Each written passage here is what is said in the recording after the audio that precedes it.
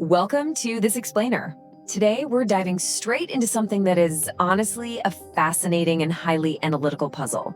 We're going to completely unpack the complex and, quite frankly, often counterintuitive mechanics of domestic taxation for foreign diplomats and employees of international organizations. Specifically, we're going to act as an analytical engine to examine the core mechanisms of the primary statutory exemption governing this entire space, known as Section 893. Now, there's this really common misconception out there that working for a foreign embassy or some global multilateral body acts as this impenetrable absolute shield against domestic tax laws. But as anonymous expert reports clearly reveal, the reality is actually a highly structured labyrinth. We're talking rigid statutory rules, highly conditional variables, and incredibly strict legislative boundaries. So we are going to break down the core ideas, the hidden mechanisms, and the cause and effect relationships that dictate exactly who pays what and why. To truly understand this topic, we really need to use a categorical funnel, moving from the broad rules down to the rigid specifics. We'll go through 6 parts. 1, the taxation baseline. 2, the framework of exemptions. 3, statutory exemption mechanics. 4, the citizenship variable. 5, the permanent resident variable. And finally, exclusions and limitations.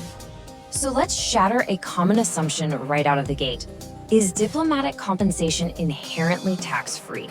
Well, the answer is a resounding no. It is incredibly conditional. You see, surface-level storytelling often paints diplomatic immunity as this sort of blanket protection that covers all legal and financial matters, right? This perception is really rooted in the theatrical idea of ultimate sovereign immunity. However, the rigid statutory reality of the tax code is entirely different. Domestic tax codes are engineered with remarkable precision to capture revenue.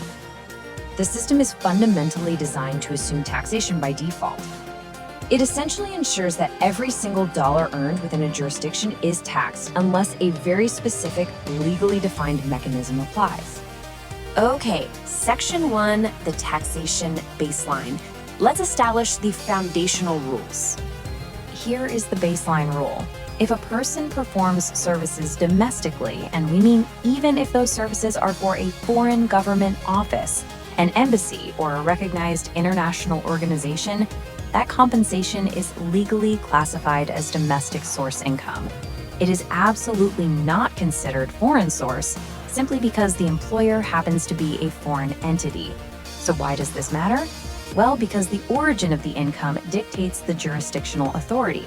By legally categorizing this pay as domestic source, the host country asserts its undeniable right to tax it. The cause and effect here is absolute. Because the income is domestic source, the baseline assumption is that it's fundamentally subject to domestic taxation. From that moment on, the burden of proof shifts entirely onto the employee. They have to locate a specific qualifying exemption to avoid that tax liability. Moving right along to Section 2, our framework of exemptions. Let's look at how an expert actually searches for tax relief.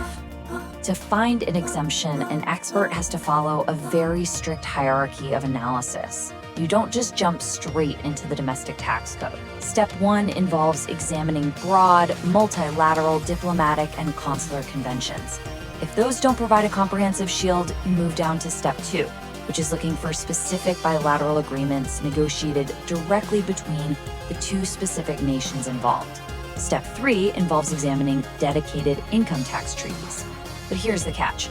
International treaties often fail to apply to a specific individual due to technical employment classifications or specific national caveats.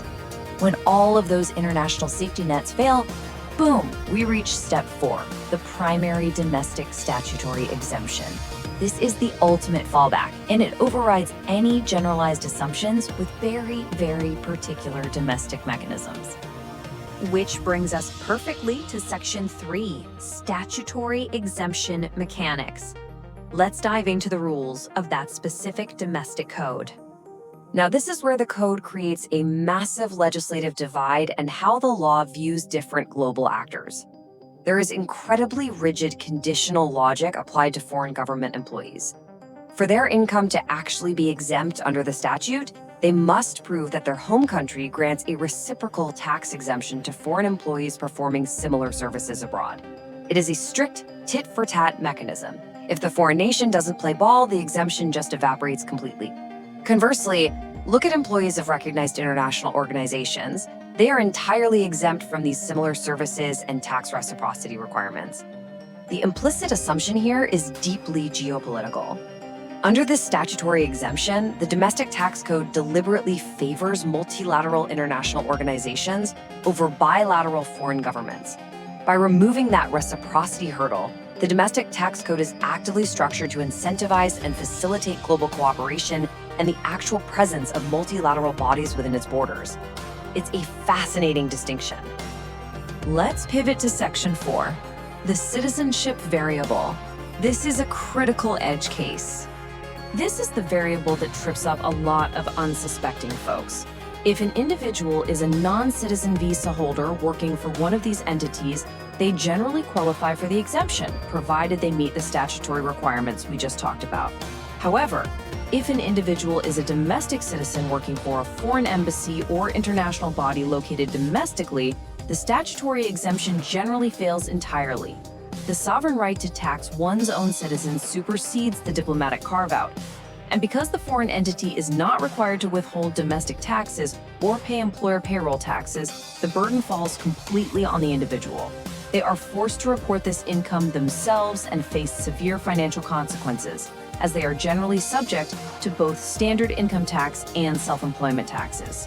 It's a complete unilateral shift in liability onto the citizen employee. Now, according to expert analysis, there is exactly one, literally just one, singular dual nationality exception explicitly outlined in the code that allows a domestic citizen to retain tax-exempt status. It applies only to dual citizens of one specific foreign nation designated by treaty. Why does this anomaly even exist? Well, it's a rare, hyper-specific geopolitical carve-out that was negotiated decades ago, and honestly, it proves just how uncompromising the baseline rules usually are. The fact that only one single nation secured this loophole highlights the immense rigidity of the tax code when dealing with domestic citizens. All right, Section 5, the permanent resident variable. Let's see how immigration status directly affects taxation. The treatment of permanent residents offers us a real masterclass in legislative boundaries. When international treaties are ratified, legislative bodies often attach what are called reservations, which are essentially binding legal footnotes. These reservations are explicitly designed to strip tax exemptions away from permanent residents.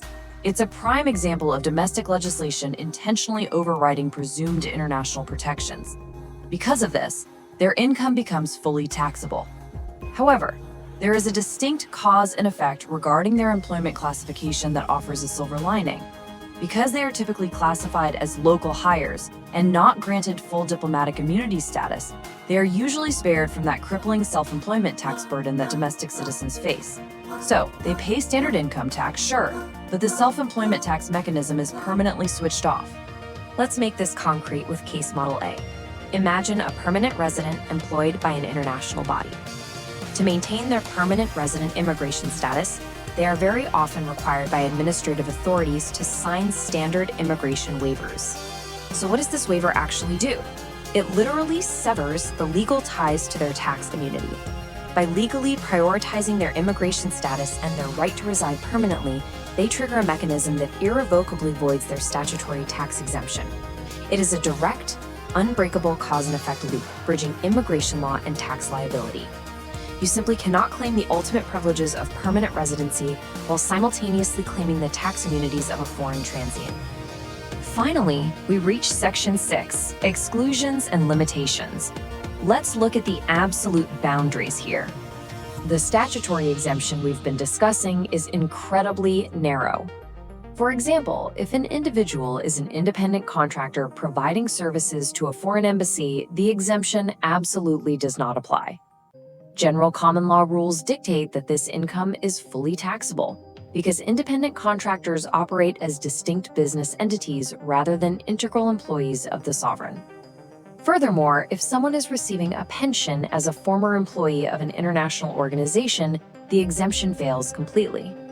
The statute's implicit assumption is that immunity is granted strictly to facilitate current, active diplomatic functions, not to subsidize lifelong retirement. And finally, does this diplomatic status shield outside investments, side businesses, or other domestic source income? Absolutely not. No way. The legislative shield covers official compensation and literally nothing else, ensuring that high net worth diplomats cannot use their employment status as some broader domestic tax haven. So what does this all mean? We have just analyzed a system where tax liability hinges on razor-thin margins. We're talking citizenship status, immigration waivers, and incredibly strict international reciprocity under the statutory tax code. So statutory tax boundaries are this rigid and highly conditional. How secure is any presumed diplomatic immunity? It's a question that forces us to really rethink the balance between global diplomacy and domestic revenue laws. Thank you for joining me for this explainer. Keep questioning the baseline.